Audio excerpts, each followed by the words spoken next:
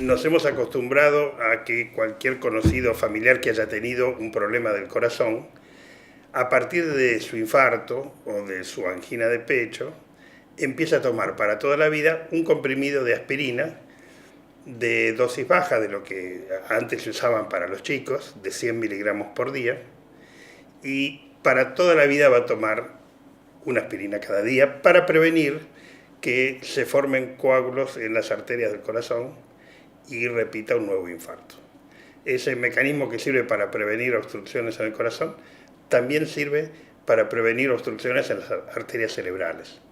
Entonces, además de la población de los que han tenido enfermedad de las coronarias, todos los que han tenido enfermedad de la circulación cerebral, es decir, una ACV o un síntoma reversible de falta de irrigación cerebral que se llama un accidente isquémico transitorio, que no llega a ser una ACV, pero es un aviso, digamos así. Esas personas van a tener una indicación de toda la vida bajar un poquito la capacidad de coagulación de su sangre a través de una aspirina de 100 miligramos por día. El problema es que un poco por recomendación de los médicos, un bastante por propaganda de los propios productores del medicamento, se ha instalado la idea de que la aspirina también es beneficiosa para personas que nunca han tenido un problema de corazón o de la circulación cerebral. Esto técnicamente lo llamamos nosotros prevención primaria. Primaria quiere decir acá antes de que ocurra el problema del corazón. La prevención secundaria es la que trata de evitar una repetición de un problema de infarto o de ACV. La primaria, la que hace una persona que nunca tuvo nada de eso para tratar de evitar el primero. En realidad, la idea de poder tomar algo para evitar un infarto es muy razonable. A todos nos gustaría poder evitar los infartos. El problema es poner en la balanza los beneficios y los peligros de utilizar esta medicación. Una repasada cortita de la historia de la aspirina. Cuando recién apareció, se utilizó mucho como analgésico, calmador del dolor, antipirético, es decir, medicamento para bajar la fiebre, y en general antiinflamatorio.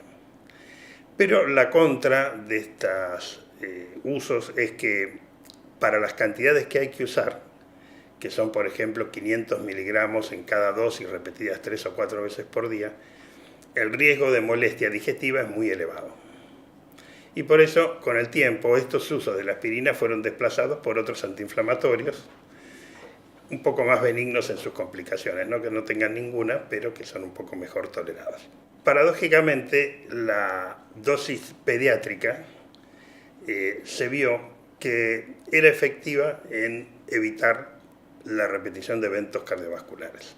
Se empezó a recomendar no usar aspirina en ningún caso por debajo de los 15 años. Desde hace unos cuantos años se vio que la aspirina en los chicos por abajo de los 15 años tiene un riesgo chico pero concreto de producir unas complicaciones poco comunes que afectan el hígado y el cerebro, que se llama síndrome de Reye.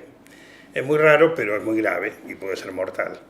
Entonces se decidieron los pediatras recomendar dejar de utilizar aspirina como medicamento para bajar la fiebre, calmar el dolor o bajar la inflamación, y en cambio se reemplaza por paracetamol o en parte por ibuprofeno en los chicos. Pero la aspirina infantil sobrevivió en este otro uso, en el uso para adultos en prevención de eventos cardíacos. El gran punto es saber si en personas que nunca han tenido antes un infarto o una ACV, el uso de una aspirina pediátrica por día realmente previene o no previene las complicaciones. Esto se ha venido recomendando y discutiendo desde hace varias décadas, un poco porque los resultados en prevención secundaria son muy concretos y superan ampliamente los riesgos. Mientras que en prevención primaria parecía siempre que los dos platos de la balanza estaban bastante equilibrados. Es decir, que lo que se conseguía evitar en materia de infartos se compensaba bastante uno a uno con la aparición de más sangrados digestivos, que es la principal complicación. Al producir el medicamento una disminución de la coagulación y al favorecer la aparición de lesiones en el estómago, la suma de las dos cosas termina dando hemorragia digestiva. Numéricamente queda bastante empatada en la prevención primaria la complicación con el beneficio. Así veníamos hasta hace poco. En los últimos 3 o 4 años, diferentes entidades que hacen recomendaciones fueron avisando, miren, vamos a dejar de recomendar la aspirina en personas que no han tenido antes un infarto porque nos parece que está equilibrado beneficios y riesgos. Y 2018 va a ser recordado como el año en que la aspirina en prevención primaria fue contundentemente sacada del escenario, porque han aparecido 3 estudios grandes que enfocaron diferentes poblaciones y que dieron respuestas bastante parecidas. El primero de esos estudios fue uno que se estudió población general, es decir, adultos sin limitación de edad, por arriba de los 50 años, y lo siguieron durante 5 años para ver qué beneficios obtenían, y lo que llamó la atención es que no se pudo detectar ningún beneficio del uso de la aspirina en términos de prevenir infartos. En cambio, sí se encontró el efecto esperado de más o menos una duplicación de las hemorragias digestivas. Un segundo estudio se concentró solamente en personas mayores, en adultos de más de 70 años. Y en esta población se trató de contestar si la aspirina mejoraba la sobrevida libre de discapacidad. Estudian más de 10.000 personas de más de 70 años, lo siguen durante 5 años y no consiguen demostrar ningún beneficio en este término. En cambio, sí aparece el esperado aumento de hemorragias digestivas, etc. El tercer estudio fue hecho exclusivamente en pacientes con diabetes, pacientes que tenían diabetes, pero siempre estamos hablando de gente que no ha tenido enfermedad cardiovascular previa. La población diabética es una población que tiene más riesgo de tener complicaciones del corazón. Entonces parecía más probable que acá sí se obtuviera un beneficio concreto. Se estudiaron durante 7 años estos pacientes y al final del seguimiento se pudo comprobar un pequeño beneficio en términos de menos eventos cardiovasculares, compensado casi exactamente por un aumento de hemorragias, que es el mismo que hemos observado en los otros casos.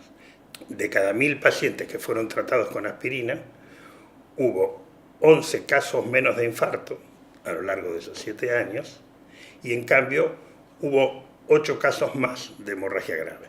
Hoy por hoy pareciera que la balanza se inclina por no recomendar aspirina en prevención primaria. Las personas que vienen tomando aspirina no tienen por qué alarmarse, pero la próxima vez que visiten a su médico sería buena idea conversar sobre qué les parece, qué novedades ha habido en materia de la eficacia de la aspirina.